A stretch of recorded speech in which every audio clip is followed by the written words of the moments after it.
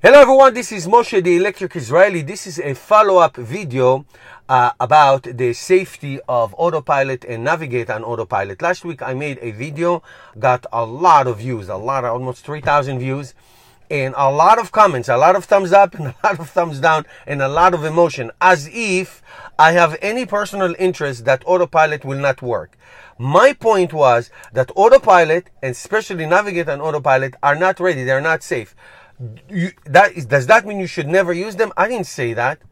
There are situations that autopilot and navigate on autopilot is a good thing, and I use it as much as I feel comfortable. But I'm telling you that it's not ready and it's not safe. Here is one prime example, and this happened to me. And if you go to that video, I put the link right above my head.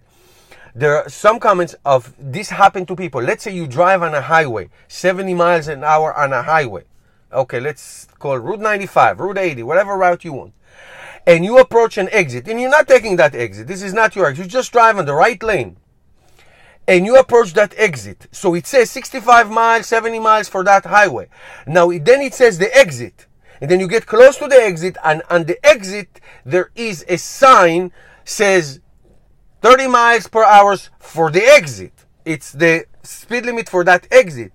The car reads it as a changed speed limit.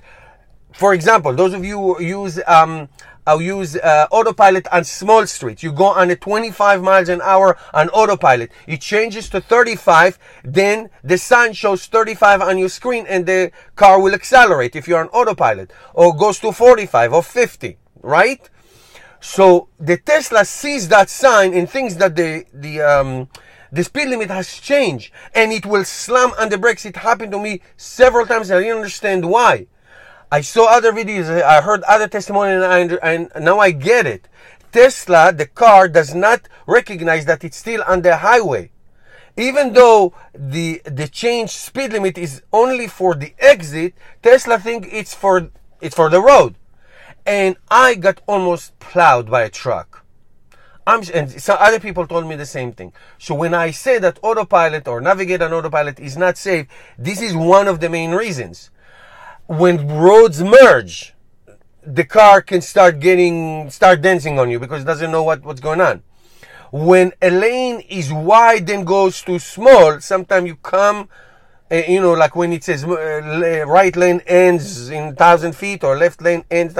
It also, in other words, the point is that you have to be so alert and so in control that it's not comfortable. That's what's the point. Driving on cruise control is 99.9% awesome because you are in control. You are steering the car. So that's my follow-up. That's my point. Will that be fixed? Of course it will be fixed. 100%. Do I still use autopilot? Yes, I know how to use it judiciously. Before I get to when I see an exit, I just disengage it until I pass it, then I move it back again. It's no big deal.